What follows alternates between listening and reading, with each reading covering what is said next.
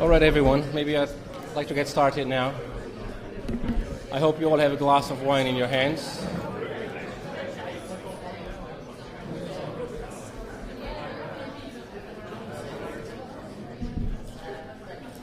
Right, not too many glasses of wine, it seems. Right, so it's a very pleasure to have Lord Mae give the keynote speech today. You have the details there. You have the tweet address, whatever it's called, here if you want to tweet about it and ask questions. I will chair the session.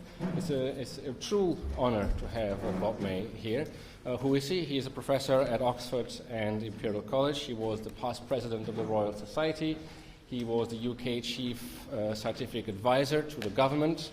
And he's currently a member of the Economic Affairs Committee in the House of Lords. And most importantly, of course, he's a chairman of my Systemic Risk Center here at the LSE. Bob, please.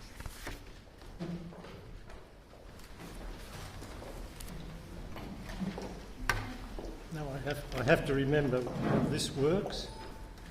There we are.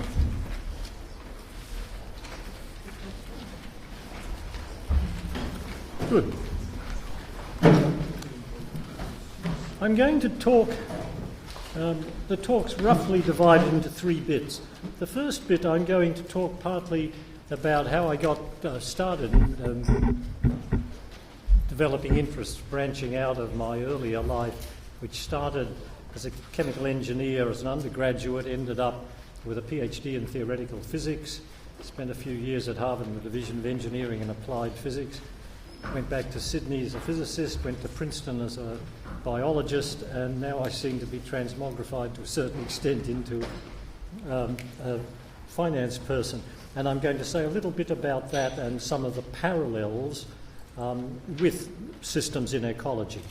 Then, secondly, I'm going to talk about applying some of the things one has done in ecological systems to get some insights into the dynamics of model financial systems. And the third section I will focus on some of the regulatory implications of all of this.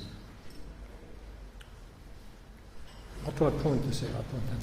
Yeah, I've got various thanks to people that I will touch on as I go along, but first and most really heartfelt and important is to George Sugihara. If it hadn't been for George, I wouldn't be here at the moment talking to you. But George got involved in an interesting study in 2006. The US National Academy of Sciences and the Federal Reserve Bank of New York, in a very prescient way, long before anything happened, observed that the increasingly elaborate financial instruments that were being invented, all with a focus on individual institutions or just sometimes individuals maximising profit with minimum risk, nobody was thinking about possible implications for the system as a whole. And the US National Academy of Sciences and the Federal Reserve Bank of New York put together a study group to look into this issue, and in doing so they looked for people who might read across from other disciplines: infectious diseases, propagation of infectious diseases, ecosystems. And George was a natural, George having spent 5 or 6 years managing Deutsche Bank Securities USA before going back to fisheries, complex multi-species fisheries. George was a good person to get involved. George got me involved, and indeed we wrote a little paper about it, published in Nature, which Gillian Tett, as many of you will be familiar with as from Financial Times, Gillian Tett wrote a nice essay about it called The Birds and the Bees and the Big Banks.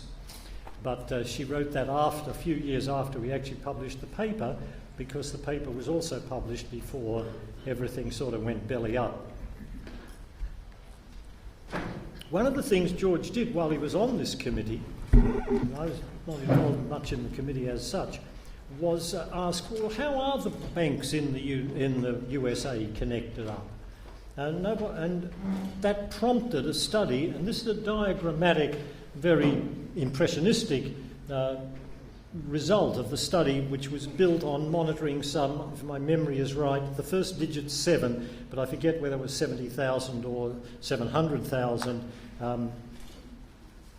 email transfers of cash, the way we send money to our daughter in America. And it involved this network, some 9,500 banks. It's very interestingly biased to a few big banks. 65 of the banks account for much more than half, 65% of the transactions, if my memory is correct. However, just simply knowing what the system is and who is, how many connections each bank has, is really not enough to say anything much about the distribution. One of the first caveats is you really need to know not just the degree distribution, how many banks are connected to a large number, how many to a small number. You need to know the full structure of who interacts with whom. And more important even than that, you need to know whether the very active bank, if you go back to what prompted this as a publication with Sunetra Gupta and Roy Anderson to do with the early days of HIV/AIDS on the West Coast in the United States. You need to know, it's one thing to know how many people have a lot of partners and how many people have few partners, but what is really important for the transmission of that infection is, do the very active people differentially mix with other very active people, or are they, as it were, predatory on single people in large numbers? Or just in short, are the interactions associative, in which, as it were, shy people associate with shy people and very active people with very active people? Are they at the opposite extreme, disassociative, in that the very active people mainly interact with not very active people? Or are they just simply proportionate to the number of people that you do interact with? And the answer is quite consequential, as you can see from that. If they are, the way to maximise the spread of infection is to have disassociative connections. Associative connections rise faster, but before there were drugs against dying of AIDS, they tended to end up with a smaller completed epidemic. And rather distressingly, it turned out, by and large, the things were more disassociative. That's just some sense of the unexpected but interesting complexities. Around this, a few years earlier, too, before all this, the thing that turned me into an ecologist and epidemiologist at Princeton, I had got interested in ecology. This was the late 60s, long ago. Half the audience probably weren't born then. But it was a time when consciousness was raised in various directions, and in Australia, a society for social responsibility in science was formed, led by the co-author of what was internationally the top-selling ecology text, Charles Birch. And I was drawn into that, and I thought I should really learn what I'm being socially responsible about. And I started reading ecology books, and I came across, and remember, this is an interesting time. Ecology is a young subject. The word itself is not much more than a century old. And the world's oldest ecological society, with which we're co-celebrating this meeting, has celebrated its centenary last year.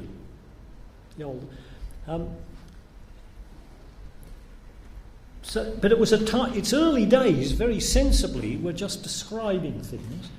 But around the 60s, there was a rising movement of trying to get a better grip on fundamental questions. And one of the tentative things that was put forward by Evelyn Hutchinson, a really major figure in ecology, a Brit who was based at Yale and had many of his students who are major figures in the discipline now. But his most notable student was a chap called Robert MacArthur at Princeton. But they had come to the conclusion, mistaking basically some of them, that it was an elaboration of an idea due to Elton, who got mentioned earlier today, namely that complicated ecological systems with lots of species and lots of interactions were, by virtue of the complexity, more robust to disturbance. And one of the books I read was a book by Ken Watt called Ecology and Resource Management, and he set out this conventional wisdom, and then he said he found it unconvincing because his experience, and I felt, as I read it, I thought like my experience is, the more complicated something is, the more things go wrong. And so that evening, after reading it, I decided I would look at something just as a toy model. It's the sort of thing I like doing. And I said, suppose I have a community of N species, N banks, N species, each one of which, in this ecosystem, if isolated with no interactions with the others, had intra-specific mechanisms that if it was impacted, if it moved away from its average equilibrium point, would return. If it became extra abundant, it would tend to fall back. If it became low birth rates and shrank, it would tend to bounce back. Suppose, in short, I had a matrix of these species with -1 down the diagonal, to say each of these species would recover from disturbance in unit time, and zeros everywhere else. And then I sprinkled in interactions at random, plus or minus, so plus would be cooperative, minus competing, and twice as probable at random, plus minus would be predator-prey.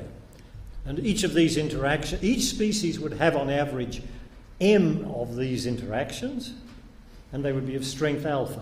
And I proved an interesting extension of a theorem actually arising in particle physics by Jean Wigner, which which asked questions about what would be the stability of the thing, and he proved it for antisymmetric matrices. But in what I was able to show was that if the number of species, n, was very big, then if the number of species times the average connectance, that is to say, if the total number of connections per species, which was little m over n, times the square on the average strength exceeded unity, the normalization time for recovering, then the system would tend to collapse. I have great delight. In fact, I'm sure I've got it on one of the PowerPoints. This is now called the Mae Franklin Theory. I really like that.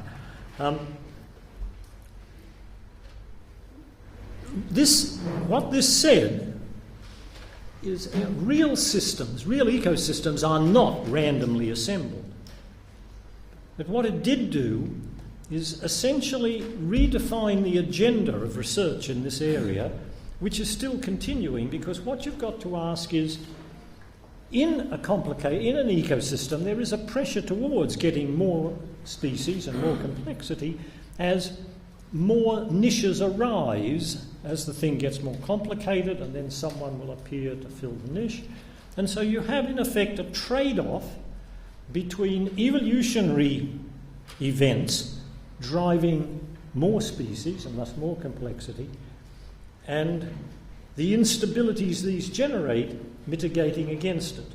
And I think the question that we're still pursuing, but it's not a completely solved problem by any means, is how do complicated ecological systems have special non-random interaction structures within them that tend to reconcile added complexity with not being too unstable.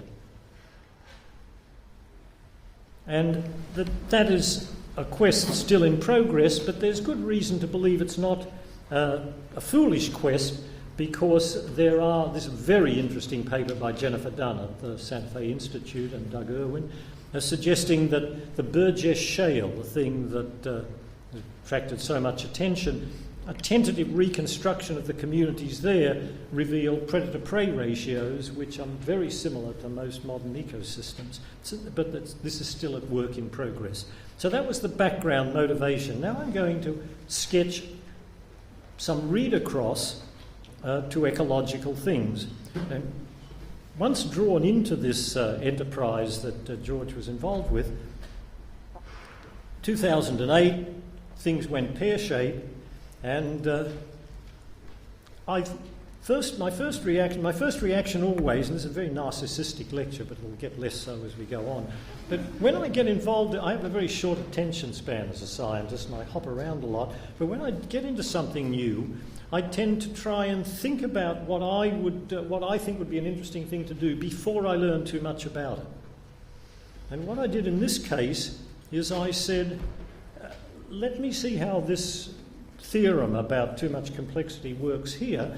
The nodes are going to be banks, but the network is going to be a bit trickier because the nodes are more complicated. A node in an ecosystem is a species, and the things coming in are things that are preying on it or competing with it, and the things going out are benefits to it, and they're just very simple. They've got arrows are coming in or they're going out. But for banks, it seemed to me, not having learned much about it, because I didn't want to be circumscribed by learning what I ought to think, I thought there's four sort of things going on in nodes. There's money coming in from outside, in deposits, and money coming in from within the financial system, and there's money going out to the outside in mortgages and stuff, and there's money going out in bank loans. And then, having thought about that and done some little calculations, which I'll show you, but before I got stuck into that, I asked Nikolas Vo, one of my friends, whom I think was here earlier but is gone, what did he think of it? And he said, that's just ridiculous, but here's a paper just been published by people at the Bank of England that might set you on the right track, and I'm delighted to say this was the model that they were using, which has, as you will see, there is a bank, there are things coming in from the outside, from the inside and going out, and it must be that your assets, including the stuff you set aside for in case something goes wrong, your capital reserves, must exceed your liabilities must not exceed your assets. Balance is here. But if one of your assets goes pear-shaped, and in particular suppose it wiped out the entire net worth, then this bank would fail, and this bit here that wasn't covered by the capital reserves would be distributed in the first instance among the other borrowers. So that kind of shock would be attenuated in each phase, but it gave you a sense of what was going on. And I then asked, what is this going to look like as things propagate? And I go through pretty quickly, but this is a system here where I've looked at such a bank and I've accidentally discovered black skulls, not black skulls, sorry, the 1933 legislation that said you can't be a high street bank and a gambling bank. Glass-Steagall, that's right. What I asked was, what proportion of the assets are in external loans versus interbank stuff? So what proportion are casino and high street? And suppose the net worth is such that it experiences a shock of such magnitude that a single bank comes down. Now I'm going to ask, how big has the shock got to be for the shock that propagates from that initial shock to bring down other banks? How big has this shock got to be so that when that much is distributed among the number of banks there are, however many, they in turn will now fail? And I found that basically what you wanted, if you wanted to maximise the fragility of the system, was that you wanted a sort of balance of high street and casino from this simple and artificial model.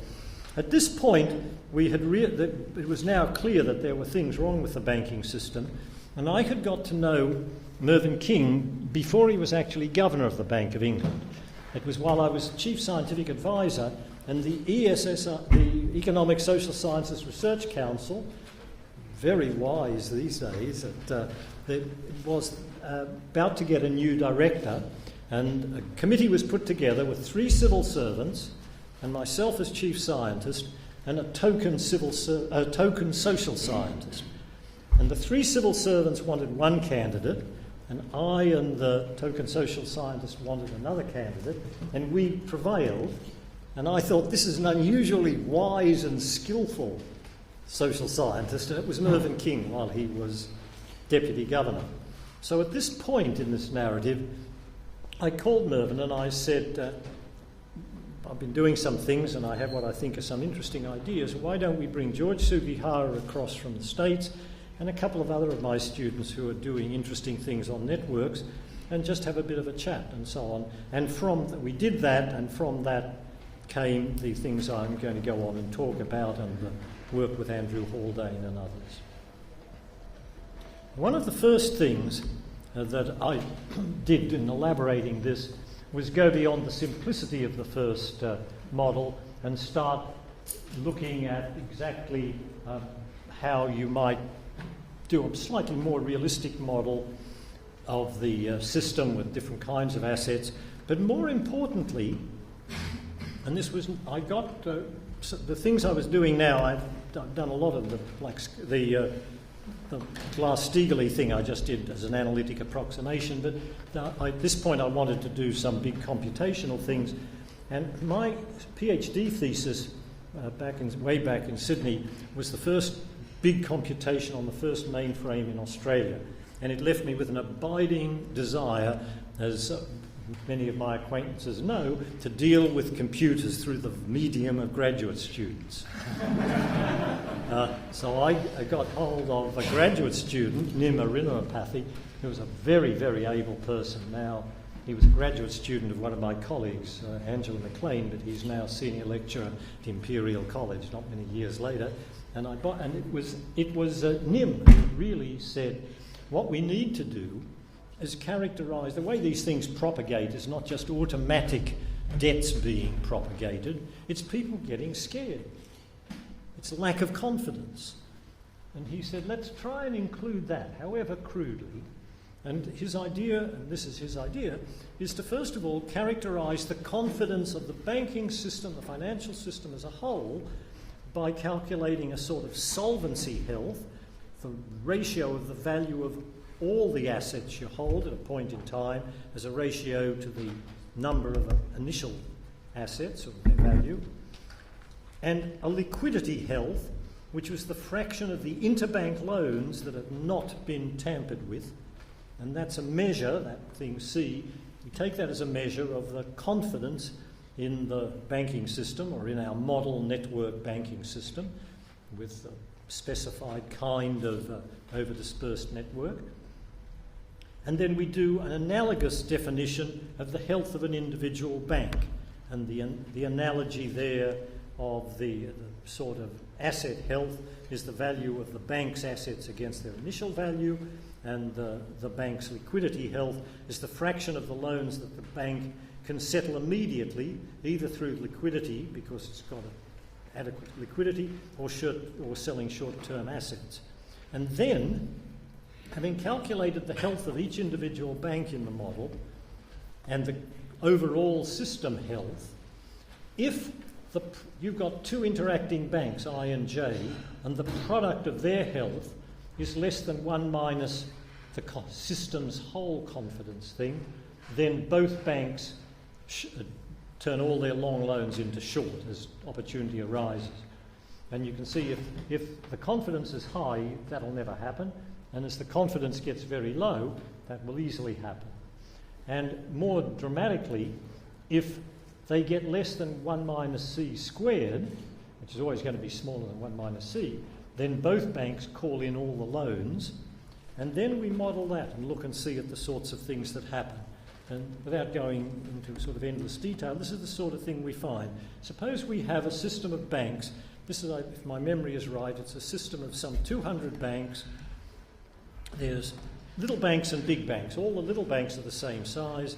All the big banks are 25 times bigger, and there are 8 of them out of 200, which is not as bad as a statistic I've seen for the United States, where 1.6% of all US banks hold 65% of all assets. So that would have been more extreme than our 8 8 of 100 of 200 banks. And now, the banks. When I say that the big banks, the 8 big banks are bigger, they have 25 times more loans going in and out, and their individual asset classes are 25 times as big.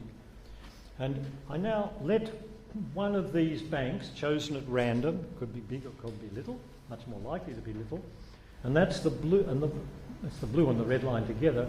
And then I say this has reserves such that one bank fails as the liquidity goes down below 0.8. You've got in reserve only 8% of your total assets. How long will it be before more banks go down? And you see, if you do this without this confidence effect, but just the mechanical thing I showed earlier, you'll have to get to very low levels of capital reserves before another bank goes down. But once another bank goes down, it really will start to topple. Conversely, once you include these confidence effects, once the first bank goes down, it doesn't take much for the whole system to come down. And the next slide, I'm going to just shuffle these slides briefly. The next slide does a big simulation of this, and what this is capital reserves of the small banks, capital reserves of the big banks, and this indicates how many banks have failed if you let one bank chosen in random go down. And the answer clearly is you need to get to quite high capital reserves among the 8 big banks to avoid what happens this side if you have quite small capital reserves where the system really suffers severely. And you can see going back behind all this diagonally would be where they have the same capital reserve. Looking at it in more detail, if the index bank you choose to fail is one of the small index banks, one of the 92, then by and large it doesn't do much damage. If the bank failed, and it bring down a few more. But conversely, if you hit one of the big index banks, it may be only that it causes quite a fuss, and this, but with roughly equal overall probability, though it doesn't show up well on the way that figure's drawn, it will bring essentially the whole system down. Now I'm going to go back to the 2 I just skipped. Having done all this, we were, to try and test some of these ideas, we were both astonished at the degree to which there's very little things in the way of experimental data tested against this kind of thinking.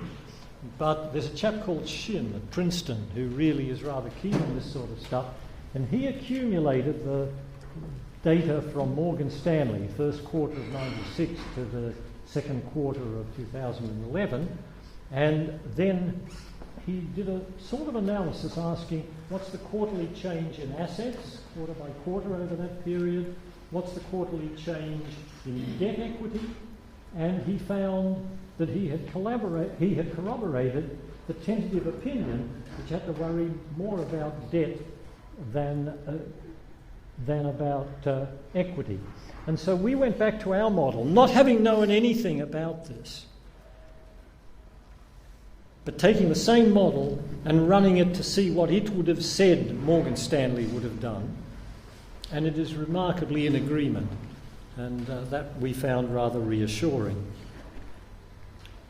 I come to the last bit now. What are the implications of all of this? I want to lead this off with what I think is the most interesting single piece of data relating to the past events that I'm aware of. What this is, Andy Haldane did it. Go back to 1880 and you ask, what's the ratio of all UK bank assets to GDP? It's to sort of normalise out inflation. And it trickles along with 5, 10, 20% fluctuations at 5% for a century, up to 1970, at which point it starts to take off. I'm amazed that there's so little attention has been given to this. I'm not aware, so I may say modestly, I'm not aware of anybody else who's even asked what happened around 1970 that changed things.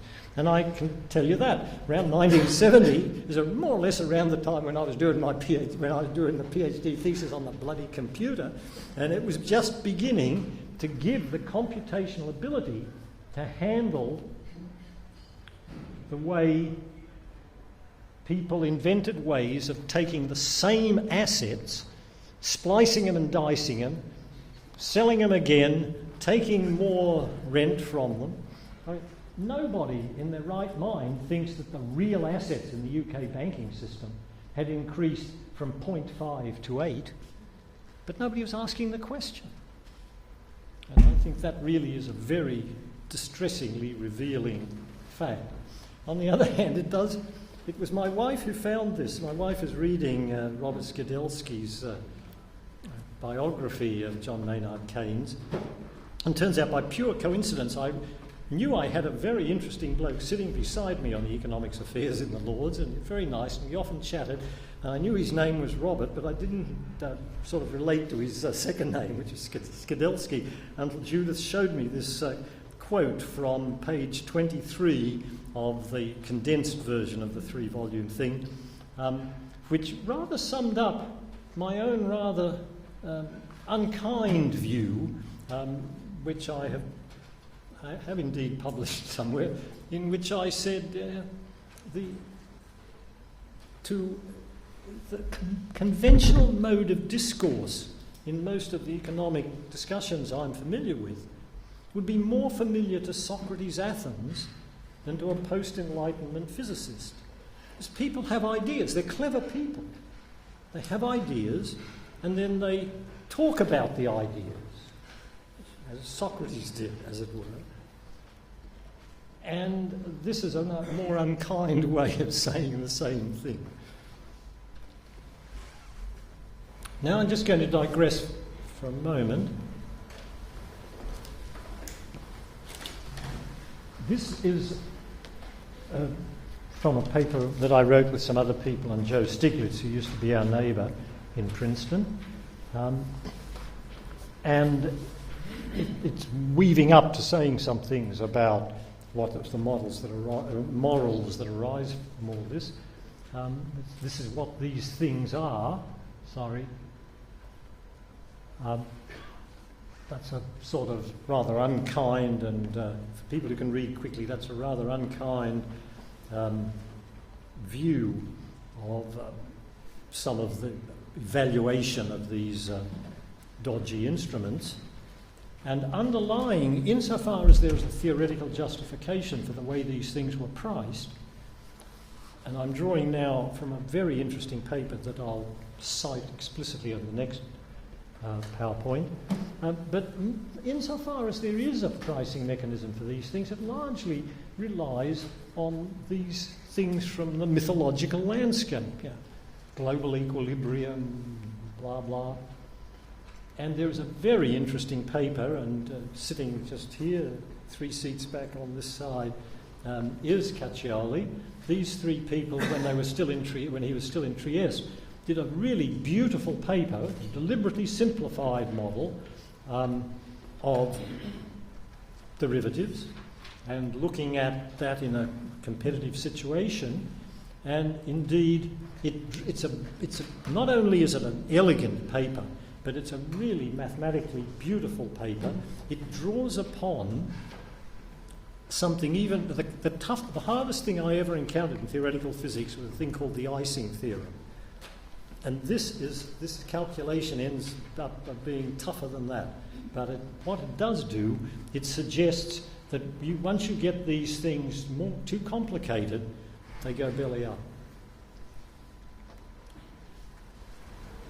So I come to the concluding bit of all this, which is what morals emerge from it. Well, they're all fairly familiar to you, and so I won't again spend much time on that, rather leaving a bit more for questions. But the fact that these things are not, they're just over the counter, they're not clear what they are trading for, and more than that, if you would, as this thing says, if you were to translate them, it's been estimated by with various degrees of horror, that if you estimated how many pages you'd have to construct in a conventional prospectus for many of these instruments that are being traded, it's sort of mind-boggling. So one of the things you could do is try to make derivatives more transparent, have them traded over exchanges, ensure that they're not written by government-issued entities, so that you don't allow people to get a guarantee from the government that no matter how stupid they are, they don't have to worry the taxpayer will pay for it, and to end the priority that they receive in bankruptcy. That third reform, of course, ensuring would reduce the hidden subsidy that is received from the public, and the second reform, B, would make information on prices, volumes and exposures available to regulators and the public. Another recommendation, this is all stuff from Andy Haldane, that comes partly from the stability and complexity modellings. Large capital reserves are definitely something we should look at, but more importantly, big banks should hold relatively larger capital reserves. We've seen that in the model, and we've seen that in things playing out realistically. The big banks have bitterly resisted that, using the ludicrous argument that they have bigger reserves than the little banks. Well, that's not relevant. They have, by and large, in the go up to the crash, they are having smaller reserves in relation to their capital than the little banks. And the argument there is they wanted all the money working, and when they were told and argued with, and so you should have bigger reserves, they said, well, our reserves are bigger than the small bank. Furthermore, the reserves tended to be run down in that boom, that euphoria, as the alleged... I've lost that slide that I'm so fond of, but as that thing was going from its century-old 0.5 up to 8, people were running down reserves, big banks and little banks, and clearly the moral emerges that in boom times, banks should hold bigger capital reserves, and in bust times, they should hold, whereas now when the government gives them money, it costs 11% to take a mortgage and so on, and they're hoarding things because they feel better doing that. It's in fact in bust times, and to get things going again, they could indeed be holding small reserves.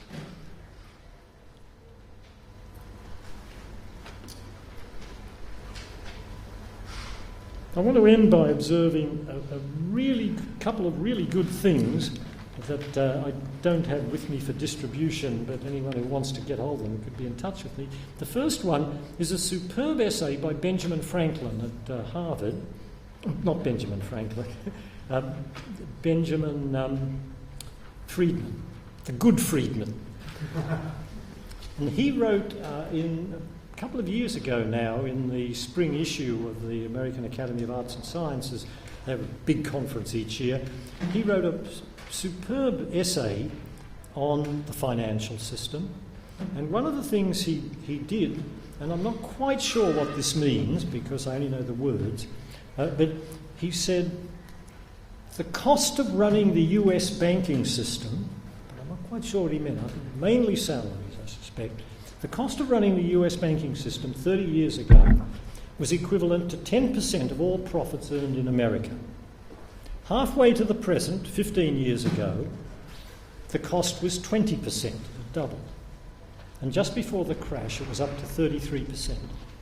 And he concludes his article by saying, the time has come to ask how much it is costing this financial system, whose basic purpose should be to allocate capital efficiently in a free market system.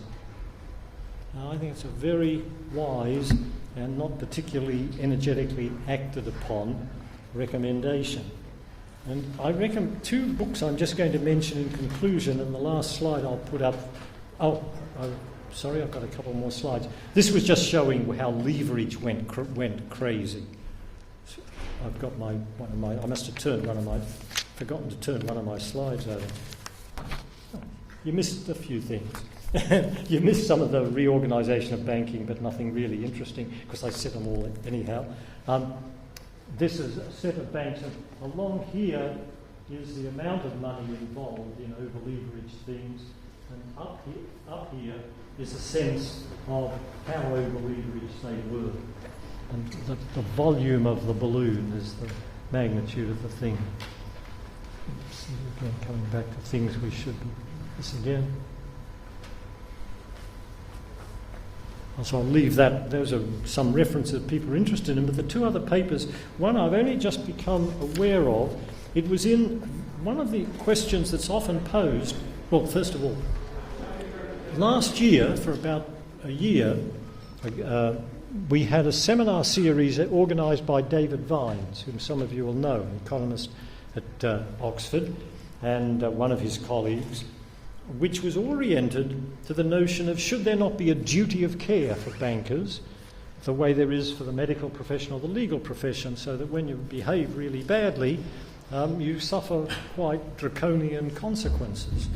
And he's just produced, this book has just been published by Oxford, and I thought it was really quite an interesting book, but it didn't pursue the question that I kept trying to agitate for in this seminar and finally gave up, which is why, as it is, didn't some of these people go to jail?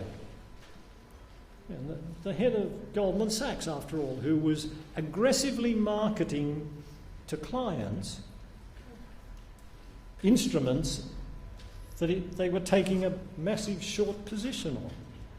And you would have thought, and there's an excellent, in the January issue of the New York Review of Books, which some of you will be familiar with, there was a superb article by Judge Jed Rakoff, R-A-K-O-F-F, entitled "The Financial Crisis, Why have no top executives been prosecuted?" And so I leave you on those rather unkind comments on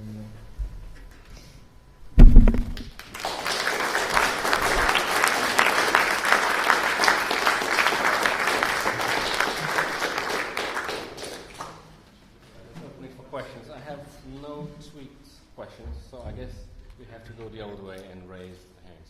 Kevin. Looking through your slides, you might get the impression there were no financial crises before 2008. You get the simple banking system and capital that. If you look at the time between financial crises, they were much shorter than the 19th century. This simple financial system, they happen in the present day. I was wondering what you think of that sort of time series. Well, it's not my time series, it's Andy Haldane's time series, and I trust it. There are a lot of jiggles along here. And for all if we go back far enough, there were some quite big jiggles. But this is the data that the Bank of England held on total bank assets up to their income. And I don't find it in the least implausible, because the instruments that drove that increase, in my view, you now have the computers that enable you to do fancy things, and you can take a given asset, and if you're clever enough, you can multiply it more by a factor approaching 8 in clever ways with the computation things that you have. But that's not to say there weren't big, and there's a wonderful website if anybody's interested in called Great Crashes or something. It goes back with things, and then there were sort of hiccups even in this since 1880, of course, Romanian property crisis and things like that. And the tulip thing was worse than that. It's like South Seas was worse than that. But I just believe that on the ground. Maybe I'm naive, but I have tremendous faith in Andy Haldane. He's an extremely bright boy. Questions? Hello. Yeah, we started this conversation, but why is it that banks accept to pay huge fines, and they admit that they knowingly misbehaving, but they do not admit to being criminally guilty or responsible in the law sense. So in some sense it's become like a price. So you just pay a price for your bad behaviour and then get on with business. So there's no real disincentive as there is in medical practice or in the law practice. If you just know you can pay this price and then the books are clean and you're away. How did that happen?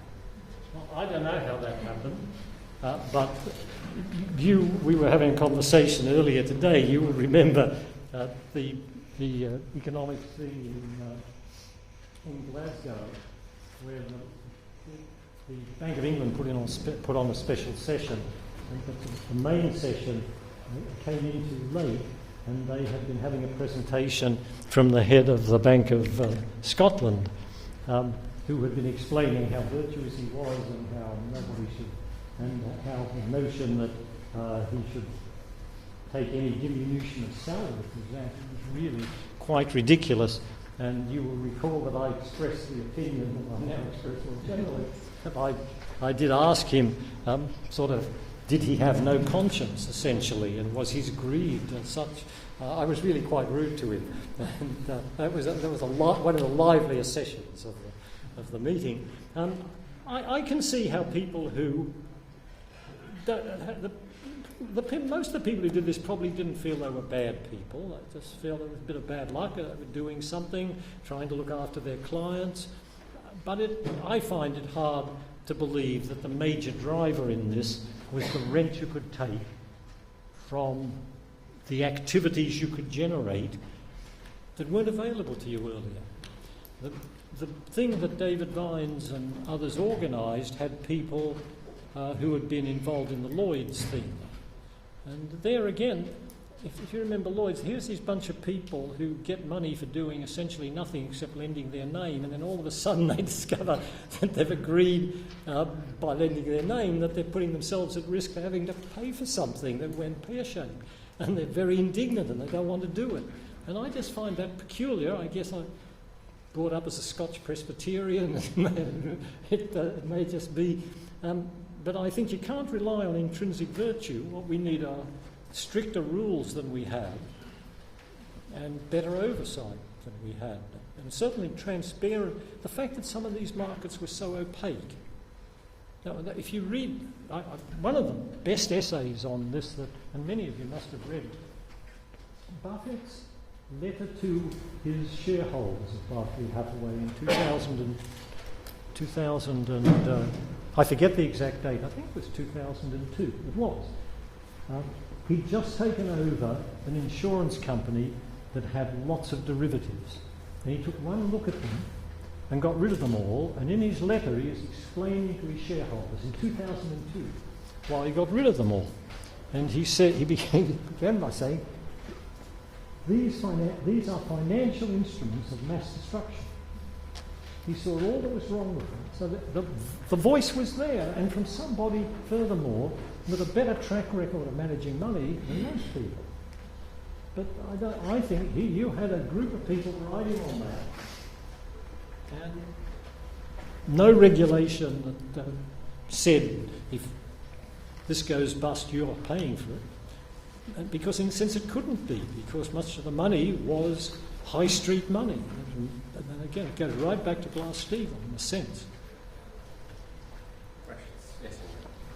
Well, first, I just wanted to offer a brief sort of comment on this graph, or an observation, which is that in 1929, Great financial crisis is in there, and this graph doesn't seem to predict that kind of great event or frequency of event at all. So I'm wondering how much explanation there is in that sort of at the end of the graph. It shows that really, whether you're at 30% or at 600%, you might get a big, huge crash anyway. I hope no one would ask that question. That was one of the first things I noticed, and the answer that was given was, yes, it was a bad time, a lot of people out of work and so on, but the assets held by banks, which was divided by GDP, which was low. So insofar as the bank assets took a shock, so did GDP, and so you don't see much of it. but it's a good question. But what I really wanted to know is sort of the way that I read some of your graphs, and you have to correct me if I'm wrong, is sort of conditional on having some big banks. It's good to require them to hold a lot of capital reserves. But it wasn't clear what the benefit of having a few big banks is. Could you just read the graphs the other way and say, well, this tells us we should have small banks? Yes, well, that would be another way out of it, but I thought if I were to write a paper that was we were to write a paper that suggested something so draconian that might undercut such credibility as we have, because I can see the point, but it's not necessarily fair to suggest that small banks often serve different purposes from big banks, and the big banks can do things that it wouldn't be reasonable for a small bank to do. I can see that. You presumably use a big bank, I use a big bank, I don't use a big bank in the States, and if we were trying to go through a tiny bank, I suspect it would be more complicated, but I don't know. Taking a longer term perspective as an ecologist, I'm wondering if the evolving banking ecosystem over time, and the way it's gone through some mass extinction events, is a more efficient way towards achieving a better banking system overall, looking at how ecosystems have evolved over time and gone through mass extinction events, and they've functioned sort of helped to allow even more biodiversity to evolve over time, whether we're actually achieving a better banking system over time because of these mass extinction events. It's a very good question, but remember, first of all, it's a bit different. The ecosystems, the issue that I think is still a live issue, is asking and saying that it's in the nature of evolutionary processes to create new niches, and so that's making things bigger. But on the other hand, as you do that, you make the system more fragile. So there must be, given that most ecosystems are not all that fragile, and often really complex, it's a quest that's still ongoing to ask what are the special circumstances that help reconcile those two things. So you turn that in for banks to say that big banks do have a place around small banks, and that's the question which maybe the answer is well, they just don't do that. If that's the way it is, it's not clear to me how it got there. There must be books about how it got that way. But the question how you regulate it, well, I think that is fairly clear. You just require them to be not really bigger banks, but have even bigger capital facilities. Now we've got a long time stabilising it and withhold from it kind of guarantees that what we do will fulfill. Yeah, just to follow up on that, the other comment. Having larger banks having a larger proportional capital reserve is almost like a tax on the ones, which is very good for the small banks. Small banks have a tax break, the bigger banks have a slightly larger tax break, which I think is probably good for the banking system because a lot of innovation actually comes from small banks. And so I think the evolution is probably the most progressive, it's probably a good thing. I'm surprised that more of it that has been put into place for. So, and then as far as why you don't see something on this graph at the late 20s or 30s, what we have here, I think what the graph shows is artificial wealth in that growth period created by compounding and sort of really complicated derivatives. And that was based on a compound that wasn't being done in the 30s. In both instances, the graph was caused by a lack of liquidity. It's just that a lack of liquidity was created by an illusion where it appeared that there was a lot more liquidity than in fact there was. I have two more questions. I really enjoyed your talk. But you focused on banking systems not being necessarily acting for the good of the whole system of society if the bailout was private individuals and banks. You could equally have focused on on how the market system doesn't account for externalities to the environment. So from both those aspects, the current socio-economic system is not functioning well for the long-term well-being of society. So the question is how to make those changes. And obviously, if you try to make changes to the financial system, there's certain vested interests who will try and put the system back. So in a sense, there's this unhelpful resilience, this inertia in the system. And so how do we go about making those changes? Society functions well to a degree. If you make a change, there's a certain risk that you'll lose your civilization.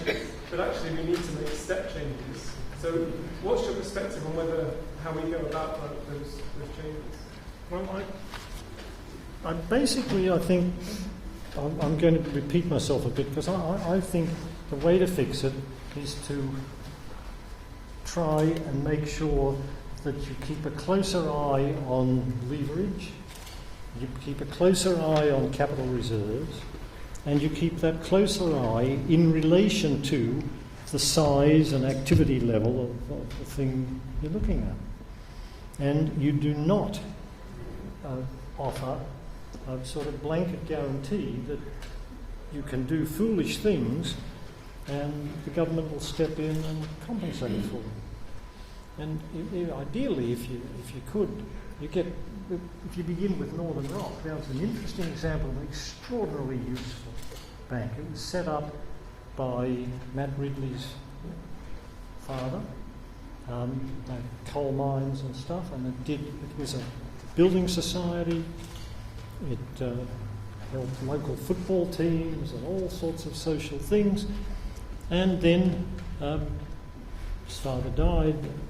Matt became the chairman. Matt thought he should do what everybody else has done and get some hot shot to take it to the casino, and it went belly up. So it would help if there were, in some sense, some oversight of the banking system as a whole to make sure that the people who were in charge of the bank are people who actually knew something about banking, which Matt didn't know. And Matt's a good person. He's not a bad person, but he's an evolutionary biologist who writes good textbooks. And I guess he thought he was doing the right thing for the bank because everybody else was making money. In some sense, but that's not something one would have. I wouldn't have the guts to write that down as a recommendation because it would cause too much agitation. But if you did, on the other hand, have regulations on how much you could lend and so on, and how much leverage you could use, that probably would have meant Northern Rock would have been okay, even if it was not led by the best people. Last question. I'm a financial regulator, so just two things that came up and I would like to ask you. The first one has to do with capital reserves. So now COD4, this new regulation coming in about counter-cyclical capital reserves, macroprudential policy, all these things. But one of the problems, I think, with capital reserves is that unless everybody's using cash, which there isn't enough cash, your reserves values are endogenous. So you have, systemic collapse. The value of your reserves will be affected by that. Where do you go? How do you sell them? So I suppose if you had large banks having to have large capital reserves, would that not, make that more of a fragile point maybe in the system? The things I showed about the effects of confidence, that really I showed that. Even if everybody plans to do a start-up and somebody goes down, that's going to affect everybody in the region. And so then I suppose capital reserves then have a risk associated with them too, don't they? Their value isn't fixed. The other thing was when we were talking about complications, the more complicated the system is, the more fragile it is. It immediately made me think about shadow banking, because that's an area that I would work with, and it's hugely complicated. For regulators to understand what people are doing, there's all kinds of financial implications, and every vehicle is different. So written and the more regulatory arbitrage, the more regulated you make the banking system, the more it moves into the shadows. This is a challenge for regulators. How do you regulate without, and then there's the competition between countries, Europe and the US. If we regulate last year, they will follow the US, and vice versa. It's kind of international problem. I was just wondering what your thoughts on that. Yeah. I think that as far as regulation goes, regulation defines the next border that people are going to try to get around. Right? And so whatever regulations you put out there kind of defines what the next set of problems is. So, it's easy to say, I can do it, but the best thing to do is to try to make the regulations as simple as possible. Simple as the regulations. The more complicated you make them, the easier it will be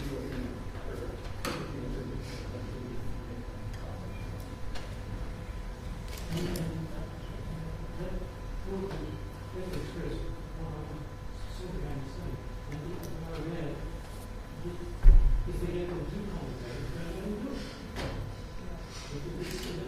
if it's like a spiral going up there, the main benefit is the people taking the